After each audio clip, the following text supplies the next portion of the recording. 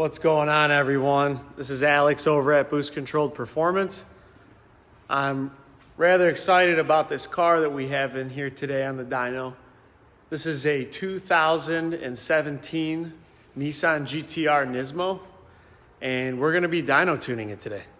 So a common question that a lot of people ask us is, what's the difference between the Nismo and the regular GTR, and why is it so much more expensive?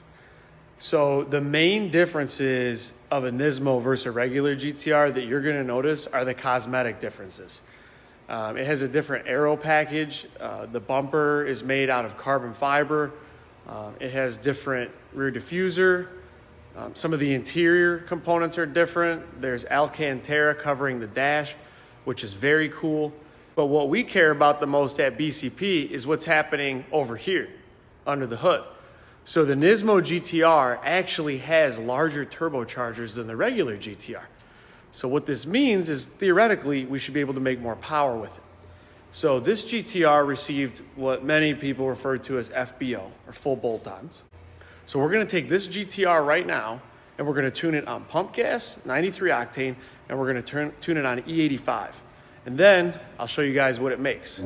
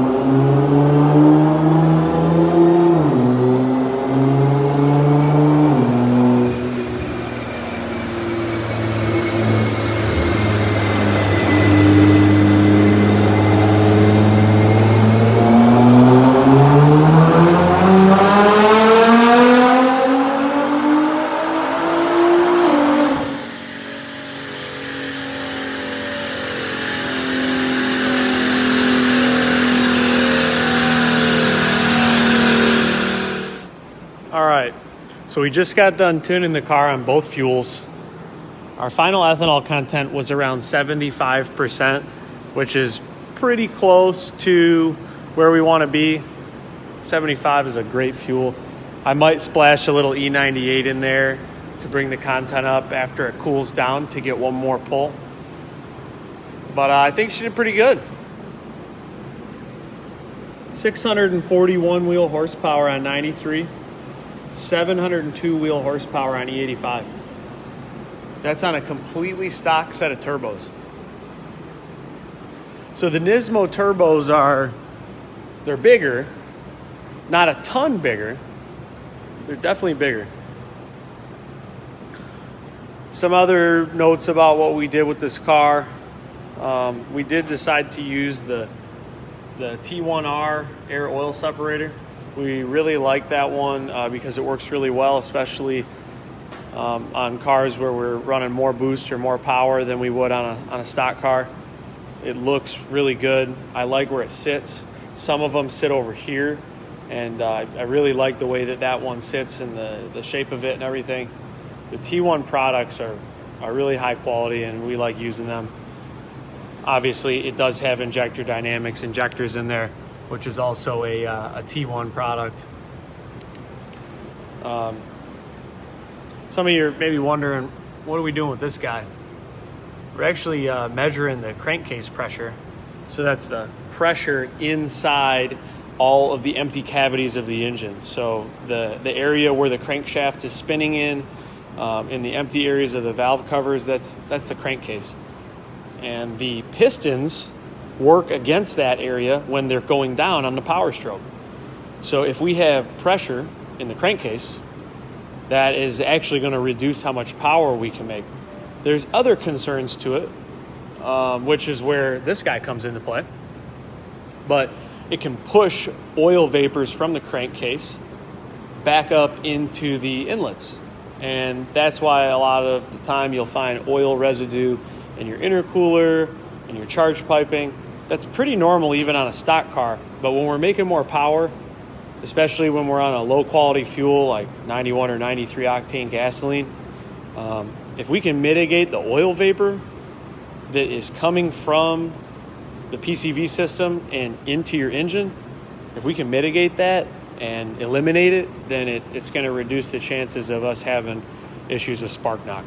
So that's why we got this guy on there. You know, this is really a pretty straightforward setup. We have an ETS Street Series front mount intercooler that just drops right in. This carbon fiber on these Nismos is just insane. I mean, look at that. Look at that finish. So we'll get in the car. We'll do a pull after it cools down.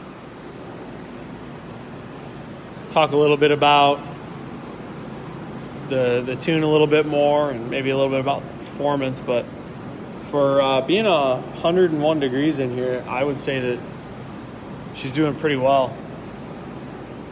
We're just going to smooth this out a little bit right here, this torque spike. But the idea with the stock engine is we want to keep the torque below 650 foot-pounds for any extended period of time. So if I go over here and just get rid of our power, you can see what the torque curve is doing. We got a little jump right here, which we can clean that up. But, you know, 659. When you're in the throttle on this car and letting it shift through the gears, very rarely is it dropping below about 5,300 RPM. So this is your operating range really while you're racing someone. So 630 foot-pounds to 530 foot-pounds. It's a pretty safe range. But really, really like this car. This car is gorgeous. The owner of this car is one of the coolest customers you could ever work with. He's obviously excited to get it out and drive it. We'll get some tasting notes from him, but I mean, if I had to do a few of these a week, I certainly wouldn't be upset, because they make really good power and they look good, and nobody's mad at having this thing in the shop. So let's go to the car. I'm gonna throw a little bit of E98 in it and get into the car, and we'll do a pull. There we go. That's what we want to be running.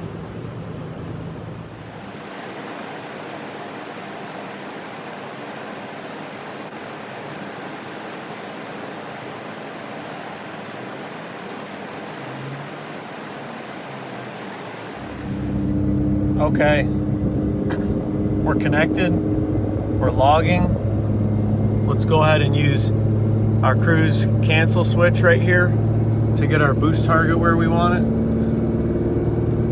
We're gonna be targeting 20 PSI. We're in 4th gear. We're ready to do our pull.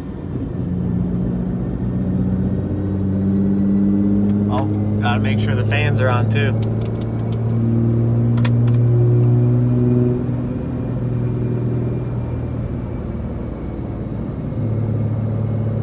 The engine and trans are past 160. I'm good to go.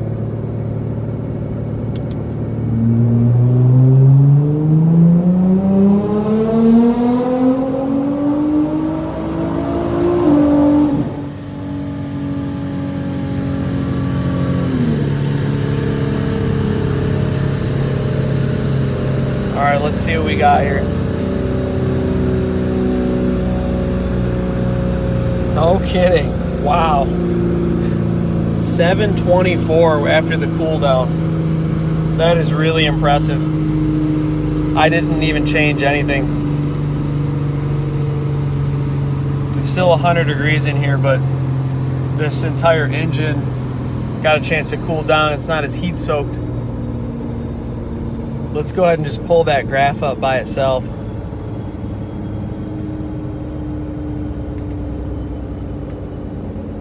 Look at that.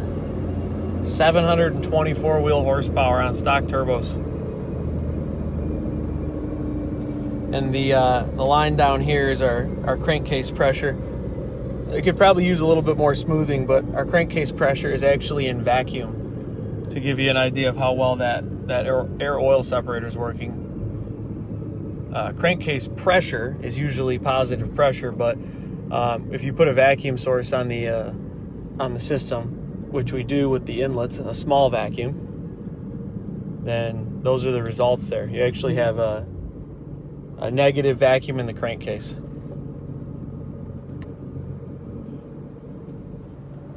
So let's talk a little bit about how safe this setup is. Does it have any more room in it? What we're really doing here is running these turbos pretty much all the way in. You know, they're not really wanting to make any more boost at redline. We could make more boost at peak torque, but that would cause our peak torque number to be higher than we wanted. So we're seeing about 18.5 pounds at redline, and on a regular GTR, a non-NISMO GTR, we usually only see 14 PSI at redline. Some cars a little more, some cars a little less. So that's definitely where we're getting this extra power. Now, in terms of ignition timing and air-fuel ratio, we never leave a car overly aggressive. I always talk to my clients before we tune the car and understand what they're going to be using it for. If this car was going to spend most of its life on a racetrack, then we'd be tuning it real conservatively. This setup right here, I would say, is tuned for a good street and strip setup, good to drag race. Not back to back to back, but you know, if you want to take it out on the street and do a few rips, this is going to be safe. It's not overly aggressive. Now, these Nismo turbos, in comparison to say like the pure stock location turbos that we've done other videos of, the pures are significantly larger.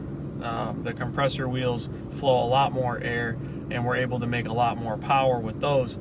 Not knocking the Nismo turbos at all. We didn't have to take the engine out of this thing to you know, to run it like this. It just came with them. So a little bit of a comparison there for you as well. I also have people asking me, you know, if I'm getting an e-tune, am I going to get the same results as I would get as a dyno tune? I can't stress enough how useful the dyno is when we can actually have the car on here and look at the torque curve, RPM point by RPM point. I can do all the tuning in a controlled environment. I'm using my eyes and my ears to see if anything's going wrong or anything seems off. But at the same point in time, we can log so much on the stock GTR ECU. It makes it a great e-tuning candidate. So that is why we have that option on our e-tuning site. I don't e-tune all the cars that I tune in person, because I feel like e-tuning is kind of a delicate procedure. So certain cars, I'd rather not e-tune. I want to do them in person. But the GTR, specifically on Ecutech, is a car that I really like to e-tune. So I feel like if I was e-tuning this car, the results would be pretty similar. I usually err on the side of caution, just a tiny bit more on an e-tune because I'm not there with it. But I think we could see very similar results. So, you know, if you guys do have any questions about the e-tuning, or you want to look at any of that, there is a link in the description. And I hope that this video answered some questions about what can we get out of a Nismo? How big are the turbos? My buddy made 800. Well, I think that might be a little exaggerated. I think that's even a little exaggerated at a crankshaft number, but with the power this car is making, absolutely without a doubt, we'll run somewhere in the 9s in the quarter mile with a good launch, good 60 foot on a favorable day. So yeah, if anybody has any other questions about the setup, have any questions about what we do here, leave a comment. Everybody loves a comment. The like is nice, comments are even better. And of course, a subscription if you'd like to see more of this. We'll be doing more uploads. So thanks for watching. We always appreciate the time. This is Alex signing off in the Nismo. Have a good one.